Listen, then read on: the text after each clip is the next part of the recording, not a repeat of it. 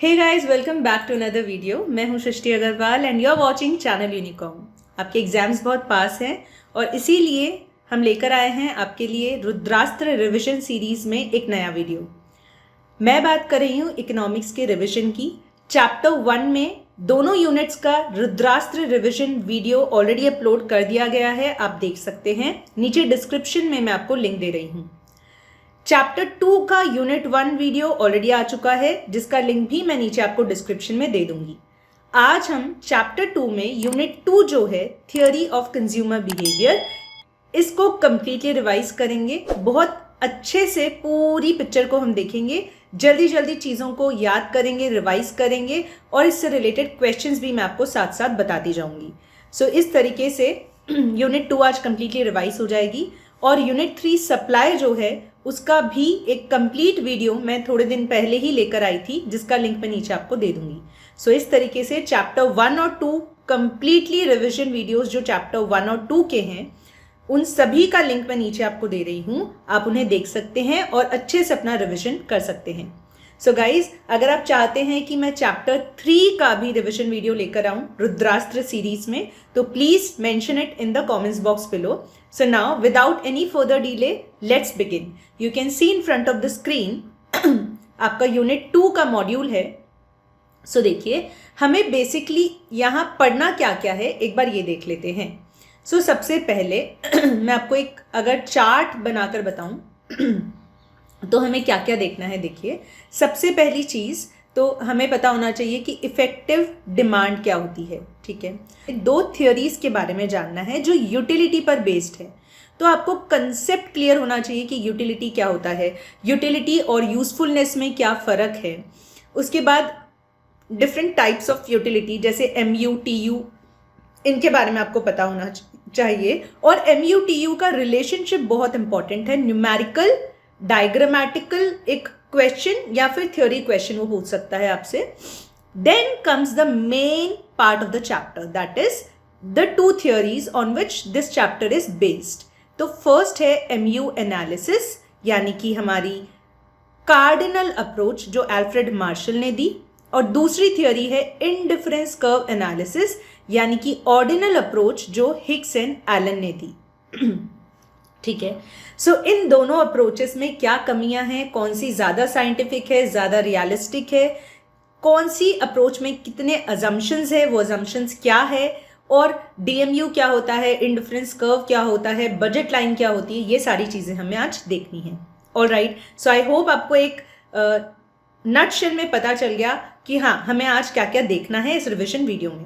अब देखो, सबसे पहली चीज़, आपके मॉड्यूल से अगर हम जाएं तो आप जानते हैं जो ह्यूमन बीइंग के वॉन्ट्स होते हैं उन्हें हम कहते हैं डिज़ायर या वॉन्ट्स, या फिर आपकी कोई भी इच्छा हो गई। ठीक है, तो अगर आप बात करें इफेक्टिव डिमांड की, सो इफेक्टिव डिमांड बनता है डिज़ायर प्लस एबिलिटी, यानी कि आपके पास परचेजिंग पावर होनी चाहिए और रिसोर्सेज जो हैं, you should be willing to spend those resources on the particular want. तो desire plus ability plus want, DAW से मिलकर बनता है इफेक्टिव डिमांड। और जब भी हम इकोनॉमिक्स में डिमांड की बात करते हैं, इसी इफेक्टिव डिमांड की बात करते हैं। ये क्वेश्चन एग्जाम में आ सकता है, इफेक्टिव डिमांड क्या होता है, किससे मिलकर बनता है। अब देखिए, जो ह्यूमन बीइंग के वॉन्ट्स होते हैं, डिजायर्स होते हैं, उनकी कुछ कैरेक्टरिस्टिक्स हैं, जैसे कि these are unlimited, resources are limited, these are subjective, person to person differ करते हैं, इंटेंसिटी ऑफ वांट अलग हो सकती है।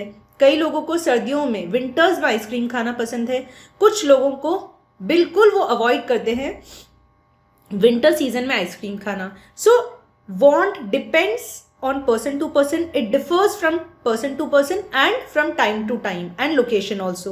ठीक है, हर एक want को आप satisfy कर सकते हो individually, but collectively all wants cannot be satisfied, right? Then wants differ with time, place and the person of course, and wants are recurring in nature, बार बार होते हैं, ऐसा नहीं है कि एक बार खाना खा लिया खत्म, no, they reoccur and wants sometimes may become habits and customs।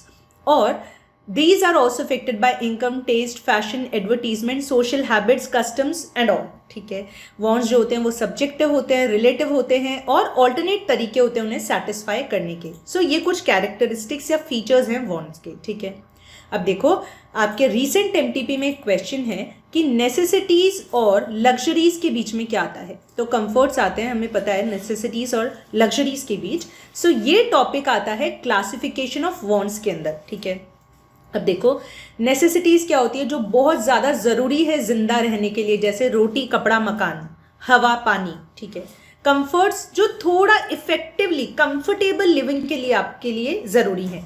आपको अगर मैं बोलूँ साफ हवा, क्लीन ड्रिंकिंग वाटर, अच्छे कपड़े, थोड़ा न्यूट्रिशियस फूड, ये सारी चीज़ें कंफर्ट्स में आ जाएंगी. ठीक है, फिर देखिए लग्जरीज में कैसी चीज़ें आती हैं जिनकी कहीं पर भी आपको ज़रूरत नहीं है, रैदर वो शो ऑफ के लिए आपको चाहिए या अपना स्टेटस सिंबल या प्रेस्टीज दिखाने के लिए, जैसे मर्सिडीज कार, ब्रांडेड कपड़े और बहुत ज़्यादा हाई प्रीमियम ब्रांडेड चीज़ें. ठीक है, तो ये सारी चीज़ें. ऑलराइट, सो नेसेसरीज, कंफर्ट्स और लग्जरीज आप याद रखें कि सबसे बेसिक चीज़ है नेसेसिटी, फिर आता है कंफर्ट और फिर उसके बाद आती हैं लग्जरीज. ऑलराइट, अब देखो यूटिलिटी क्या होता है. Utility is the want satisfying power of a commodity. अगर मुझे एज अ कंज्यूमर लगता है कि एक बर्गर जो दिख रहा है मुझे, उस वेज बर्गर की इंपॉर्टेंस अगर मुझे लग रही है, मुझे लगता है इसको खाकर मुझे सेटिस्फैक्शन मिलेगा, तभी मेरे लिए उसकी कोई यूटिलिटी है, तभी मैं उसको खरीदने के लिए रेडी होंगी और उसके बदले कुछ पे करने के लिए रेडी होंगी. सो utility is nothing but the want satisfying power of a commodity. ठीक है, so it is the want satisfying power of a commodity.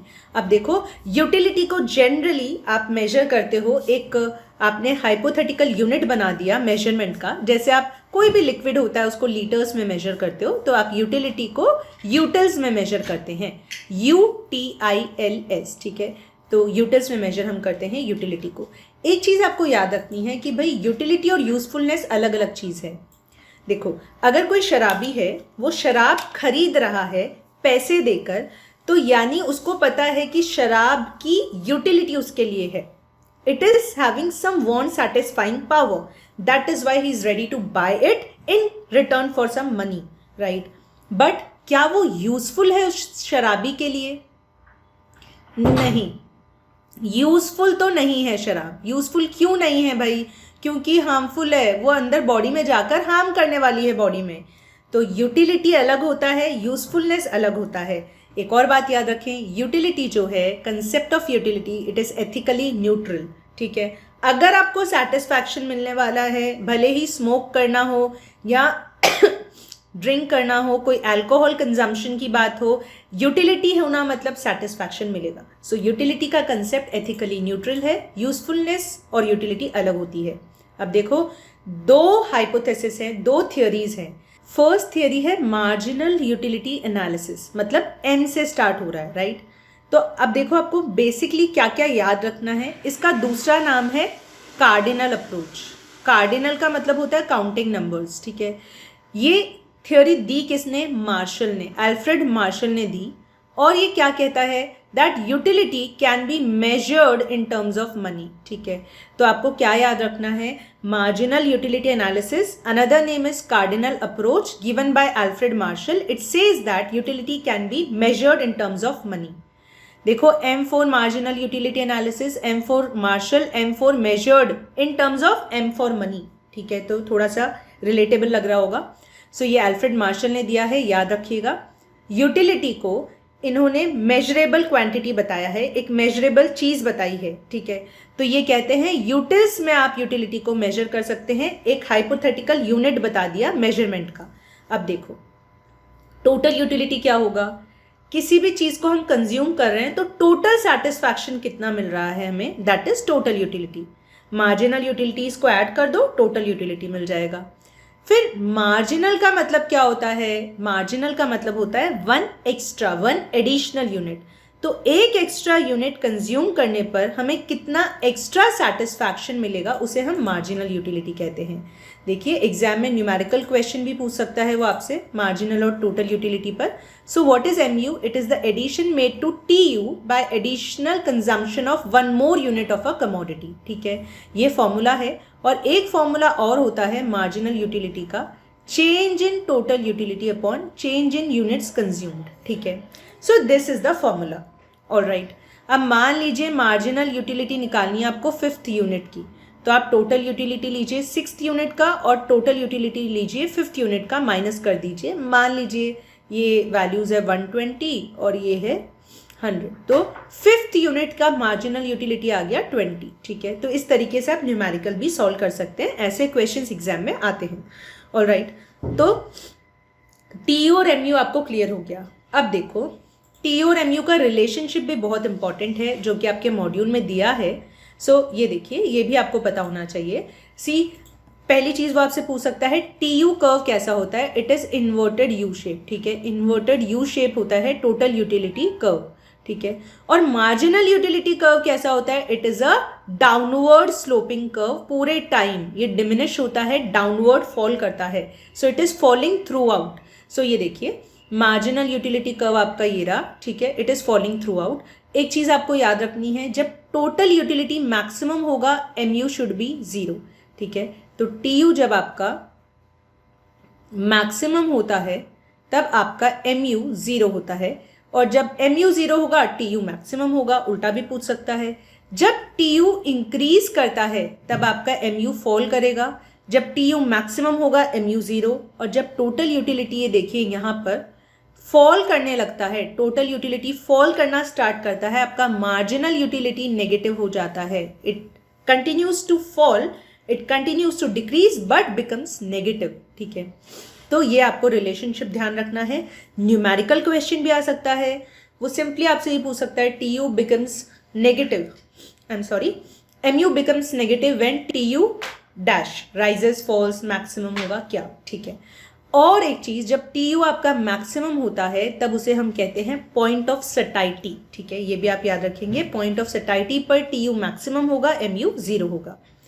अब देखो ये पता करने के बाद अगर हम पहले अप्रोच को रिवाइज करें, मार्जिनल यूटिलिटी एनालिसिस, तो सबसे पहली चीज, हर एक अप्रोच की कुछ अजम्पशंस होते हैं, हर एक लॉ में कुछ अजम्पशंस होते हैं, हम जानते हैं। तो यहाँ पर इन टोटल 9 अजम्पशंस है आपकी मार्जिनल यूटिलिटी एनालिसिस के। ठीक है, तो 4 अजम्पशंस आपके पुराने मॉड्यूल में थे, आप देख सकते हैं, और 5 नए अजम्पशंस ऐड हुए हैं, टोटल 9 अजम्पशंस। देखिए अजम्पशंस क्या क्या है। First is rationality, we assume consumer is rational. Second is cardinal measurability of utility, मतलब कार्डिनल का मतलब होता है मेजरेबल, क्वांटिफिएबल, काउंटेबल, आप नंबर्स में काउंट कर सकते हैं।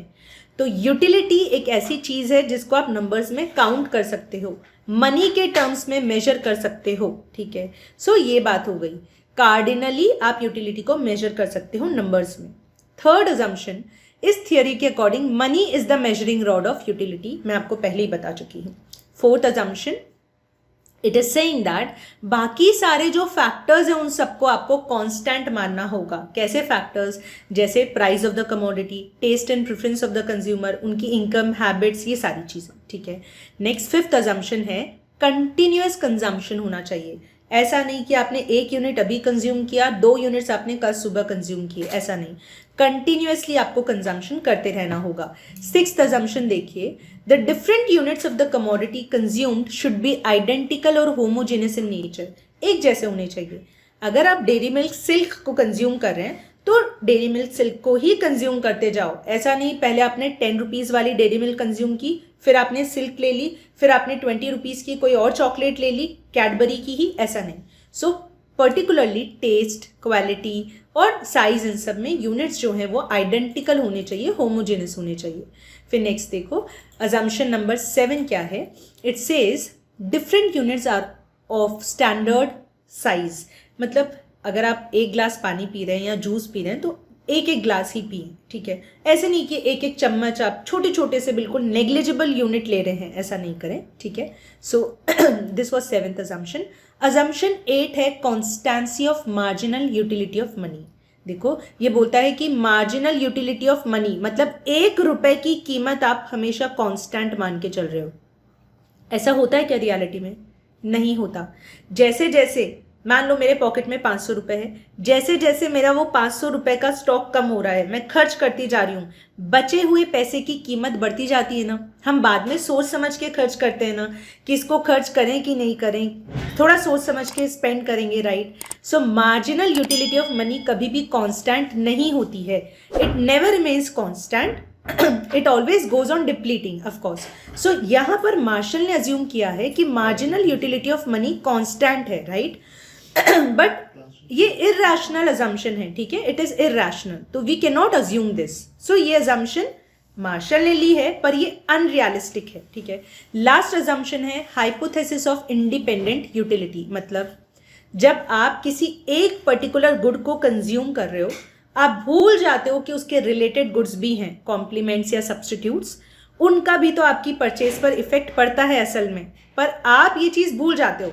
आप क्या सोचते हो, जब आप किसी गुड को कंज्यूम कर रहे हो बस आप उसी को कंज्यूम कर रहे हो, रिलेटेड गुड्स का कोई इम्पैक्ट नहीं आ रहा आपकी परचेज पर, ठीक है, पर ऐसा नहीं होता है। सो इसीलिए हम बोलते हैं कि जो मार्शल साहब ने अप्रोच दी है मार्जिनल यूटिलिटी एनालिसिस, वो थोड़ी सी अनरियलिस्टिक है, साइंटिफिक नहीं है, ठीक है, लेस साइंटिफिक है, it is less scientific, less rational, it is unrealistic approach. इसीलिए ज़्यादा बेहतर होती है यूटिलिटी, कौन सी? Indifference curve utility, indifference curve approach. Alright, देखिए मार्शल ने इस अप्रोच में बोला क्या है, इन्होंने DMU समझाया है हमें। ये कहते हैं कि law of diminishing marginal utility apply करता है। डिमिनिशिंग का मतलब डिक्रीज होना, मार्जिनल मतलब वन एडिशनल यूनिट, और यूटिलिटी मतलब want satisfying power of a commodity. So law of DMU की मदद से मार्शल ने कहा है जैसे जैसे आप एक पर्टिकुलर कमोडिटी का कंजम्पशन कंटिन्यूस बेसिस पे करते जाते हो, कंटिन्यूस बेसिस पर, और कुछ चीज़ें हैं जैसे स्टैंडर्ड साइज का कंजम्पशन होना चाहिए, और क्वालिटी, साइज, और ये सारी चीज़ें, नेचर, कमोडिटी का जो टेक्सचर है, क्वालिटी है, ये सब थोड़ा सा सेम होना चाहिए, आइडेंटिकल या होमोजेनस यूनिट्स होने चाहिए, और कंजम्पशन कंटिन्यूस बेसिस पर होगा। तब जैसे जैसे आप कंजम्पशन को बढ़ाते जाओगे, जो आपको सेटिस्फैक्शन मिलेगा, मार्जिनल यूटिलिटी मिलेगी हर यूनिट से, वो जो है डिमिनिश होती जाएगी। ये देखिए मार्जिनल यूटिलिटी कंजम्पशन के बढ़ने के साथ साथ कम होती जाती है, ये कहता है लॉ ऑफ DMU, ठीक है। सो एक वक्त आएगा जब आपको एक्स्ट्रा सेटिस्फैक्शन मिलेगा ही नहीं, मार्जिनल यूटिलिटी जीरो हो जाएगी, और उसके बाद डिस यूटिलिटी शुरू हो जाएगी, मतलब कि नेगेटिव हो जाएगी आपकी मार्जिनल यूटिलिटी। तो यहाँ पर भी आप TU और MU का रिलेशन देख सकते हो। जब TU बढ़ता है MU तो फॉल ही करेगा, फिर TU मैक्सिमम हो जाएगा, देखो यहाँ, तो MU जीरो हो जाएगा, ठीक है, दिस इज पॉइंट ऑफ सेटाइटी। फिर TU फॉल करने लगेगा, देखो 50 से 46 हो गया, तो MU आपका नेगेटिव हो जाएगा, ठीक है। सो ये आपको ध्यान रखना है। अब देखिए TU और MU का रिलेशनशिप आपको ध्यान होना चाहिए, और लॉ ऑफ DMU में बेसिकली आपको क्या ध्यान रखना है, ये डेफिनेशन जो है इसकी वो आपको पता होनी चाहिए, ठीक है। फिर कुछ इसके अजम्पशंस है, जैसे स्टैंडर्ड क्वांटिटी होनी चाहिए, साइज सेम होना चाहिए, क्वालिटी सेम होना चाहिए, आइडेंटिकल होमोजेनस यूनिट्स होने चाहिए, ये सारी चीज़ें। और किसने दिया? अल्फ्रेड मार्शल ने दिया ये कंसेप्ट। किसके अंडर पढ़ रहे हैं? MU एनालिसिस के अंडर। और इसके कुछ एक्सेप्शंस भी है, DMU के कुछ एक्सेप्शंस हैं। और क्या है एक्सेप्शंस, देखिए, इट सेज कि भाई मनी पर ये अप्लाई नहीं करता है ना, क्योंकि मनी ऐसी चीज़ है, और मिलेगा अगर एक कंजूस इंसान को तो वो और चाहेगा, तो DMU अप्लाई नहीं करेगा। मार्जिनल यूटिलिटी बढ़ेगी, कम नहीं होगी। दूसरी चीज़ हैबिट्स, अगर किसी चीज़ की आदत हो जाती है आपको, हैबिट फॉर्मिंग कमोडिटीज़, उन पर अप्लाई नहीं करता। अनदर एच इज हॉबी, अगर आपको किसी भी चीज़ की हॉबी है, जैसे पोइट्री की, म्यूजिक, डांसिंग, आर्ट, उस पर अप्लाई नहीं करता, ठीक है, हॉबीज़ पर अप्लाई नहीं करेगा।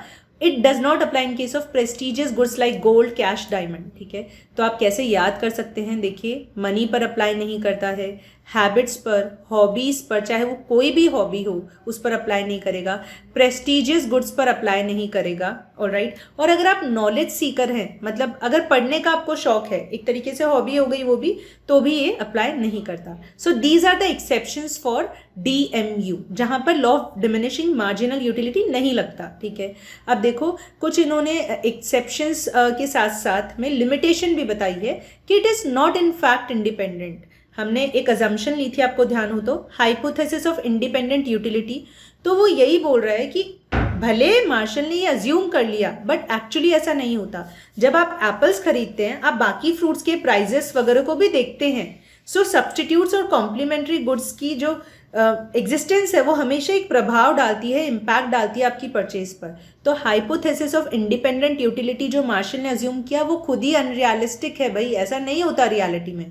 और it is not universal. Of course ये लॉ यूनिवर्सल नहीं है, हमने देख ही लिए कुछ एक्सेप्शंस है जिन पर ये नहीं लगता, तो ये आपको ध्यान रखना है, ठीक है। अब देखो कंज्यूमर इक्विलिब्रियम कैसे अचीव करेंगे हम, ठीक है। सो कंज्यूमर इक्विलिब्रियम कैसे आएगा भाई, सीधी सी बात है, कंज्यूमर इक्विलिब्रियम आता है MUX is equal to price of X। This is the condition for consumer's equilibrium in case of a single commodity, ठीक है। अब देखो अगर एक से ज़्यादा कमोडिटी है, दो कमोडिटीज़ है, तब कंज्यूमर्स इक्विलिब्रियम की कंडीशन क्या होगी, ये, ठीक है। Marginal utility of X upon marginal utility of Y is equal to price of X upon price of Y, ठीक है। So this is the thing. Now another important, very important concept, consumer surplus. ये क्या होता है, देखो consumer surplus का concept फिर से आपको याद रखना है, एल्फ्रेड मार्शल ने दिया है। इसका मतलब क्या है, कंज्यूमर को कितना फ़ायदा हो गया। मान लीजिए मैं पे करने के लिए रेडी थी 2000 rupees, but I actually paid 1800 rupees for the jeans. Actual payment है ना, मैंने कितना दिया एक्चुअली 1800, तो 200 रुपये का एक तरीके से मुझे फायदा हो गया। This is gain to the consumer surplus. So definition वो एग्जाम में पूछ सकता है, what a consumer is willing to pay minus what he actually pays is known as consumer surplus. Marshall की दी हुई इस डेफिनेशन को भी थोड़ा सा पढ़ लेंगे, अगर एग्जाम में आए तो आप बता सकते हैं कि एल्फ्रेड मार्शल ने दी है, ठीक है। सो कंज्यूमर सरप्लस जो है वो आपको पता चल गया क्या होता है। अब देखो एक इंपॉर्टेंट चीज़ है, नए मॉड्यूल में इंट्रोड्यूस किया गया है इस चीज़ को, ये आपको ध्यान रखना है कि प्राइस चेंज होने पर कंज्यूमर सरप्लस पर क्या इंपैक्ट आता है, ठीक है। इसको थोड़ा ध्यान रखोगे, मैं आपको बताऊंगी। एक और चीज़ देखो, कंज्यूमर सरप्लस को अगर डायग्राम में वो आपसे आइडेंटिफाई करवाए तो क्या होगा, it is the area below the demand curve. ये देखिए DD is the demand curve, so demand curve के नीचे का area and area about the price line, और प्राइस लाइन के ऊपर का एरिया, मतलब ये वाला प्राइस लाइन के ऊपर का एरिया। सो ये जो शेडेड पोर्शन है आपको दिख रहा है triangle YPR, this is the consumer surplus. ये YPR हो गया आपका कंज्यूमर सरप्लस, मतलब what a consumer is willing to pay minus what he actually pays, ठीक है। All right, I hope this is also clear. अब देखो ये एक इम्पॉर्टेंट चीज़ है जिसको आपको ध्यान से देखना है। देखो अगर किसी कंज्यूमर सरप्लस का फॉर्मूला क्या है, विलिंगनेस माइनस एक्चुअल पेमेंट, मतलब मार्केट प्राइस है ना, मार्केट प्राइस। अब मान लो अगर कंज्यूमर सरप्लस पे क्या फर्क पड़ेगा अगर ये एक्चुअल प्राइस, मार्केट प्राइस बढ़ गई, तो भाई कंज्यूमर सरप्लस आपका कम हो जाएगा, सिंपल सी बात है। तो याद रखो, अगर मार्केट प्राइस एक्चुअल प्राइस बढ़ गई तो कंज्यूमर सरप्लस कम हो जाएगा, और अगर प्राइस कम हो गई तो कंज्यूमर सरप्लस बढ़ जाएगा। This is the conclusion. इस डायग्राम में यही बताया है, आराम से आप देख सकते हैं।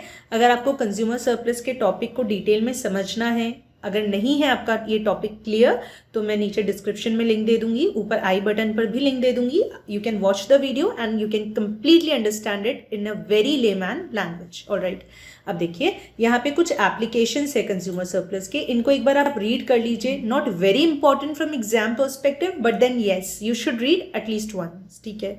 नेक्स्ट देखो, लिमिटेशंस दी हुई है कंज्यूमर सरप्लस की। यहाँ पे इस पॉइंट को आप याद रखेंगे, you should remember this point that in case of necessities consumer surplus infinite होता है। देखो वो एग्जाम में आपसे इतना सही पूछेगा that in case of necessities consumer surplus is dash, और आपको एग्जाम ऑप्शंस दे देगा very large, large, small, infinite. So answer will be infinite, ठीक है। ये थोड़ा सा आप ध्यान रखेंगे। और बाकी सब नॉर्मल चीज़ें हैं। इस पूरे पेज को, एप्लीकेशंस को और लिमिटेशंस को आप एक कैजुअल रीडिंग दे सकते हैं, दैट वुड बी इनफ, ठीक है। Next approach is indifference curve analysis. अब देखिए, अभी तक फिर से एक बार हम जल्दी से क्विकली रिकैप करते हैं। मार्जिनल यूटिलिटी एनालिसिस में हमने क्या देखा, it is known as cardinal approach given by Alfred Marshall. It says utility can be measured in terms of money. और थोड़ी unrealistic थी. 9 assumptions हमने देखे थे जिसमें हमने law of diminishing marginal utility पढ़ा और consumer surplus का concept पढ़ा, right? अब देखो indifference curve analysis में क्या है. It is known as indifference curve analysis, also known as ordinal approach. Ordinal का मतलब होता है ranking. यहाँ पर आप साफ बोलते हैं कि भाई आप यूटिलिटी को मेजर नहीं कर सकते नंबर्स में. ये एक साइकोलॉजिकल फिनोमिना है, दिमाग की बात है. मम्मी ने खीर बनाई, हम बोलते हैं मम्मा खीर तो शानदार बनी है, लाजवाब बनी है, बहुत अच्छी बनी है, पिछली बार तो इससे भी ज्यादा अच्छी बनी थी, आज तक की बेस्ट है. हाँ ठीक है अच्छी बनी है बट लास्ट टाइम ज़्यादा अच्छी थी. हम रियलिटी में ऐसी बात करते हैं ना. हम क्या कभी ऐसे कहते हैं लास्ट संडे जो खीर बनी थी उसको खाकर 100 यूटिल सेटिस्फैक्शन मिला, इस बार 50 यूटिल, अगली बार ऐसी बनाना कि 200 यूटिल सेटिस्फैक्शन मिले. No, we don't talk like this. So this approach is a more convenient, realistic and a scientific approach. It is of course given by Hicks and Allen. ठीक है, ये एग्जाम में क्वेश्चन आ सकता है किसने दी है ये अप्रोच और कौन सी अप्रोच ज़्यादा साइंटिफिक है. Indifference curve analysis, also known as ordinal approach. ठीक है, यहाँ पर भी ऑफ कोर्स कुछ अजम्पशंस होंगे. 5 अजम्पशंस है आपके मॉड्यूल में, एक एक करके पांचों को देख लेते हैं. देखो क्या बोलते हैं. फर्स्ट अजम्पशन बोलता है भाई जो कंज्यूमर है ना, कंज्यूमर जो है उसे फुल इंफॉर्मेशन है मार्केट की. दूसरा अजम्पशन कहता है ही इज रैशनल, वो सोच समझकर डिसीजन लेने वाला है. तीसरा अजम्पशन कहता है utility can not be measured in numbers, it can be given preference और rank. A is preferred to B, B is preferred to C, इस तरीके से. फोर्थ अजम्पशन कहती है ट्रांजिटिविटी की बात करती है. अगर हम कहें A is better than B and हम कहें B is better than C, इसका मतलब है A is better than C. Last assumption कहता है अगर 2 टोकरे दिए गए, 2 बास्केट ऑफ गुड्स आपको दिए गए, एक में 20 एप्पल्स और 20 बनानाज है एग्जाम्पल, दूसरे में 10 एप्पल्स और 5 बनानाज है. ऑफकोर्स आप कॉम्बिनेशन ए लोगे जिसमें ज्यादा गुड्स है. सो ये बेसिक 5 अजम्पशंस है, कुछ रॉकेट साइंस नहीं है. ठीक है, इनडिफरेंस कर्व क्या होता है. एक ऐसा कर्व जिस पर पाए जाने वाले सभी पॉइंट्स कॉम्बिनेशन ऑफ गुड्स को एक्सप्रेस करते हैं. ठीक है, जैसे ए पर भी कुछ क्लोथ्स है और कुछ यूनिट्स ऑफ फूड है, बी पर भी क्लोथिंग और फूड है और सी और डी पर भी क्लोथिंग और फूड है. इनडिफरेंस कर्व क्यों बोलते हैं, क्योंकि ये जो पूरा कर्व है इस पर पाए जाने वाले सभी कॉम्बिनेशंस आपको इक्वल सेटिस्फैक्शन दे रहे हैं. कंज्यूमर के पर्सपेक्टिव से पढ़ रहे हो, चैप्टर का नाम है theory of consumer behaviour. Consumer कैसे बिहेव करता है, तो ये कंज्यूमर के पर्सपेक्टिव से सोचो. इसका नाम रखा इनडिफरेंस कर्व. कंज्यूमर को फर्क नहीं पड़ रहा, ही इज इनडिफरेंट. कोई भी कॉम्बिनेशन दे दो, मैं आपको ऑफर करूं ए चाहिए, बी चाहिए, सी या डी, आप बोलोगे ma'am I am indifferent to it, मुझे कोई फर्क नहीं पड़ रहा ए दो या बी या सी या डी. क्यों, क्योंकि हर एक कॉम्बिनेशन से मुझे, कंज्यूमर को किससे मतलब होता है, सेटिस्फैक्शन से. कंज्यूमर को सेम सेटिस्फैक्शन मिल रहा है, उसको उसी से मतलब है, इसलिए he is indifferent to the combinations given. So इसे इंडिफरेंस कर्व कहते हैं. मतलब इक्वल सेटिस्फैक्शन, इक्वल को हम आइसो भी बोलते हैं, so it is also known as indifference curve, is also known as equal satisfaction curve, equal utility curve और iso utility curve. So I hope this is very clear. ठीक है, आपके module में सब कुछ लिखा हुआ है, ये देखिए यहाँ पर. इसको हम इक्वल यूटिलिटी कर्व या आइसो यूटिलिटी कर्व भी कहते हैं. अगर इंडिफरेंस कर्व्स का सेट होता है, 2 या 2 से ज़्यादा इंडिफरेंस कर्व्स होते हैं, उसे हम इंडिफरेंस मैप कहते हैं. ठीक है, so set of indifference curves is known as indifference map. ये आप देख सकते हो स्क्रीन पे आपके सामने है. अब देखो MRS क्या होता है. इस बार रिसेंट MTP में भी ये क्वेश्चन है. MRS is what. आप जानते हैं रिसोर्सेस आपके पास में लिमिटेड होते हैं और वांट्स अनलिमिटेड होते हैं, सब जानते हैं. तो हमें क्या होता है, अगर एक चीज को ज्यादा पाना है, ठीक है, ज्यादा यूनिट्स ऑफ क्लोथिंग चाहिए, तो जो ऑलरेडी फूड है आपके पास में उसको सैक्रिफाइस करना पड़ेगा. ठीक है, मान लो 5 क्लोथिंग के यूनिट्स हैं आपके पास और 2 फूड के यूनिट्स हैं. ठीक है, अब आपको फूड और चाहिए. एक एक्स्ट्रा फूड को पाने के लिए आपको कुछ तो क्लोथिंग के यूनिट्स को सैक्रिफाइस करना पड़ेगा.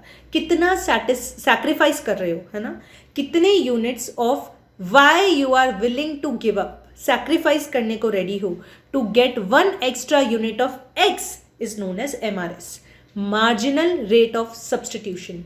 मार्जिनल मतलब एक एक्स्ट्रा यूनिट एक्स का पा रहे हो आप, you are getting one extra unit of X, और किसको सैक्रिफाइस करके, वाई को सैक्रिफाइस करके। So what is the rate of exchange?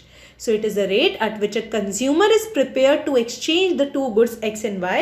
You will give up, you will sacrifice good Y and in return you will get one extra unit of good X. ठीक है, हम जानते हैं कि indifference curve का जो slope होता है उसको हम MRS से मेजर करते हैं, मार्जिनल रेट ऑफ सब्सटीट्यूशन से। तो देखो यहाँ पे किसी भी चीज़ का स्लोप क्या होता है आप सब जानते होंगे, change in Y upon change in X।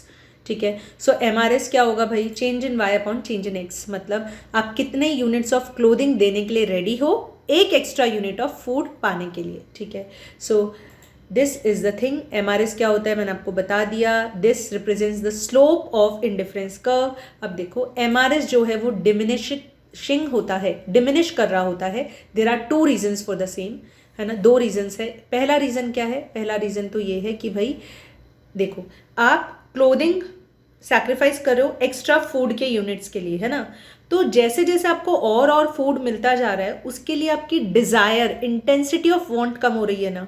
So first reason तो यही है कि जैसे जैसे आपको more and more units of food मिल रहे हैं, योर डिज़ायर और intensity of want is decreasing. ठीक है, तो भाई सीधी सी बात है, आपके पास में बहुत सारे लड्डू हैं, ठीक है, और अभी आपको आइसक्रीम चाहिए, है ना, तो लड्डू आप देने के लिए तैयार हो आइसक्रीम लेने के लिए, है ना, तो जैसे जैसे अब आपके पास आइसक्रीम का स्टॉक बढ़ता जाएगा उसकी भी तो वर्थ या वैल्यू कम होती जाएगी ना। तो आप धीरे धीरे जैसे जैसे आगे नेगोशिएट करोगे सामने वाले से, क्या बोलोगे, पहले मैं तुम्हें एक आइसक्रीम के बदले 5 लड्डू देने को रेडी हूँ, ठीक है, फिर थोड़ी देर बाद आप कहोगे अब मैं तुम्हें एक आइसक्रीम के बदले 2 ही लड्डू दूंगा, and then eventually you will say I don't want any more ice creams, done. Intensity of desire कम हो जाती है। दूसरा रीज़न है, ज़्यादातर जो गुड्स होते हैं वो इम्परफेक्ट सब्सटीट्यूट्स होते हैं एक दूसरे के, इसलिए अगर वो एग्जाम में आपसे पूछता है MRS क्या होता है, rate of exchange, rate of substitutability between two goods.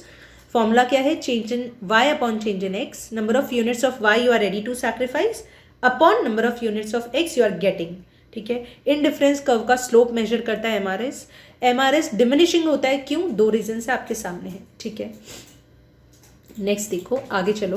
अब प्रॉपर्टीज है इंडिफरेंस कर्व की, 5 प्रॉपर्टीज है इंडिफरेंस कर्व की। पहली है वो कॉन्वेक्स होते हैं, downward sloping to the right. ठीक है, दूसरी चीज, they will never intersect each other, they will neither touch X axis nor Y axis, और ना ही कभी भी कोई इंडिफरेंस कर्व एक दूसरे को इंटरसेक्ट करेंगे, और जितना ज़्यादा लेवल का इंडिफरेंस कर्व होगा, जितना हायर होगा उतनी ज़्यादा सेटिस्फैक्शन वो देगा आपको। ठीक है, तो ये 5 प्रॉपर्टीज़ है। अब देखो एक चीज़ बहुत इंपॉर्टेंट है और नए मॉड्यूल में अपडेशन भी किया गया है, तो इसको आप ध्यान रखना।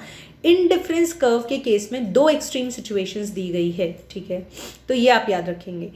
पहली सिचुएशन है when 2 goods are perfect substitutes. ठीक है, 2 गुड्स परफेक्ट सब्सटीट्यूट्स होंगे तो उनका इंडिफरेंस कर्व कैसा होगा, it will be straight line, parallel straight lines, ऐसे होंगे इंडिफरेंस कर्व, और तब मार्जिनल रेट ऑफ सब्सटीट्यूशन आपका कांस्टेंट होगा। ठीक है, ये याद रखना। और दूसरा एक्सट्रीम सिचुएशन है when 2 goods are perfect complements, तब आपका इंडिफरेंस कर्व कैसा होगा, it will be 2 straight lines with a right angle bent in between, that is L shaped. ठीक है, एग्जाम में अगर पूछता है 2 परफेक्ट कॉम्प्लीमेंट्स है तो इंडिफरेंस कर्व होगा एल शेप्ड, 2 परफेक्ट सब्सटीट्यूट्स है indifference curve will be straight line. ठीक है, और परफेक्ट कॉम्प्लीमेंट्स के केस में MRS जो होगा वो होगा undefined, it will B undefined because individual की प्रेफरेंसेस जो है वो उसको अलाउ ही नहीं करेगी ना सब्सटीट्यूशन करने के लिए। ठीक है, कॉम्प्लीमेंट्स है ना, परफेक्ट कॉम्प्लीमेंट्स।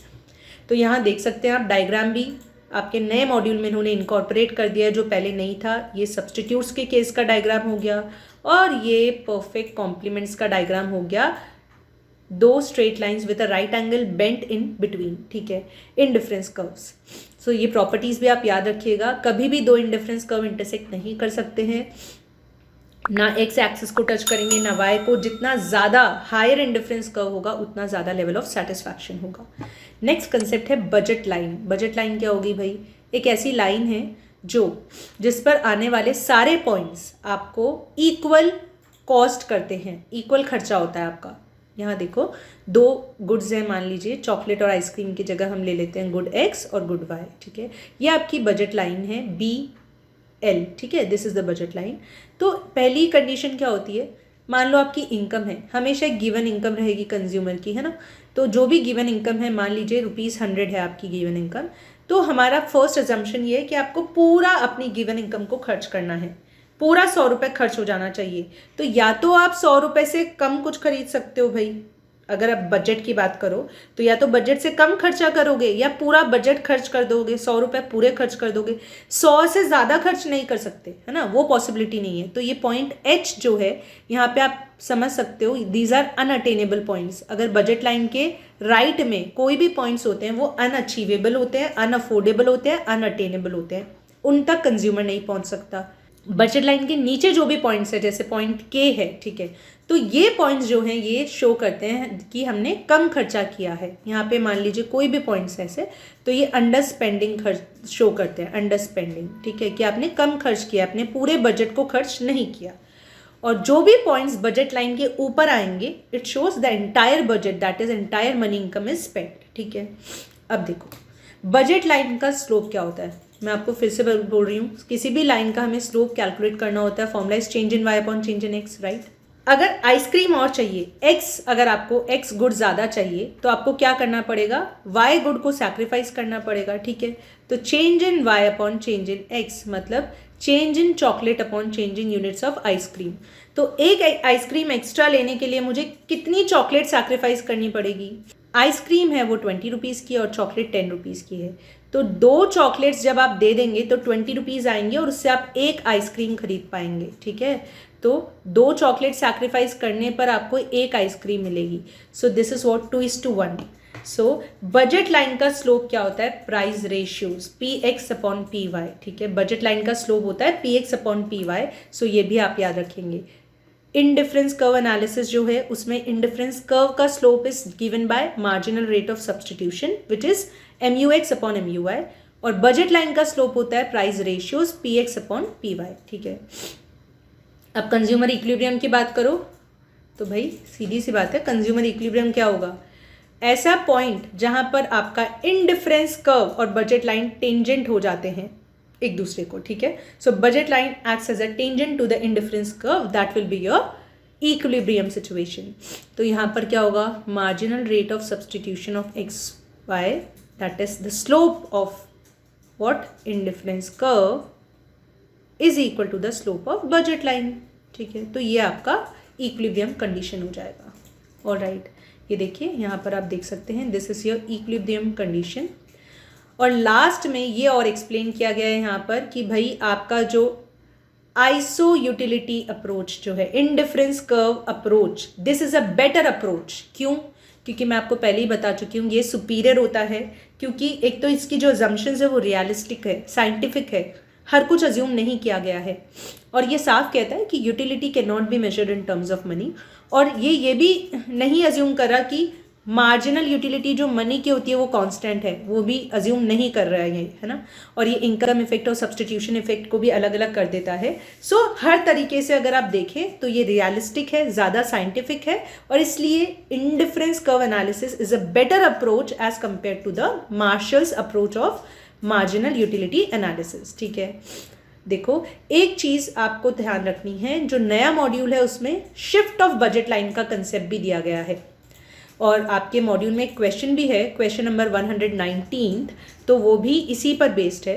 तो आप याद रखें कब कब आपकी बजट लाइन शिफ्ट हो सकती है। मैं अगर आपको शॉर्ट में बता दूं तो देखो, अगर आपकी इनकम बदली, ठीक है, if your budgeted income, money income और your budgeted income of the consumer changes, अगर कोई भी इनकम में चेंज हो रहा है, ऑल्दो कमोडिटीज़ की price of X and price of Y remains same, तो भी आपकी बजट लाइन शिफ्ट होगी, ठीक है।